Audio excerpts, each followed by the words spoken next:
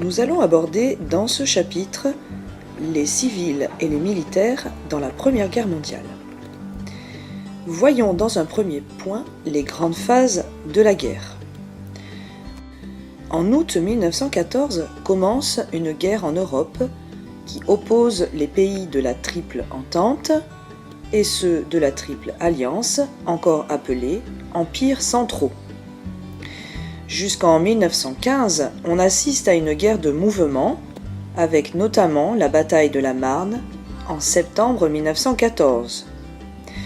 Puis, de 1915 à 1918, comme je le disais, de 1915 à 1918, les soldats s'enterrent dans les tranchées.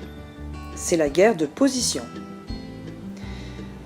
En avril 1917, les États-Unis entrent en guerre aux côtés de la France et en mars 1918, la Triple Entente est victorieuse. L'armistice est signé le 11 novembre 1918 à Redon.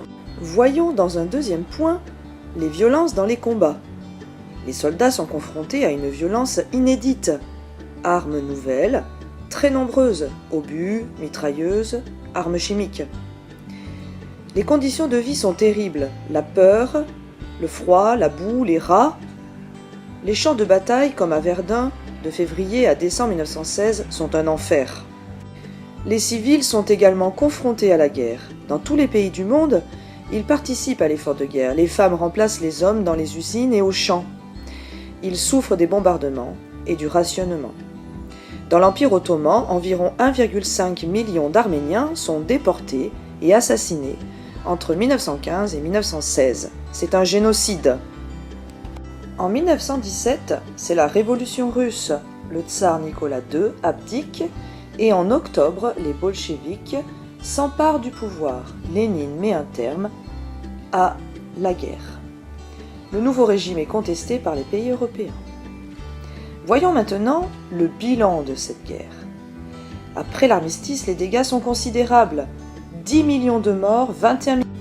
Comme je le disais précédemment, 10 millions de morts, 21 millions de blessés.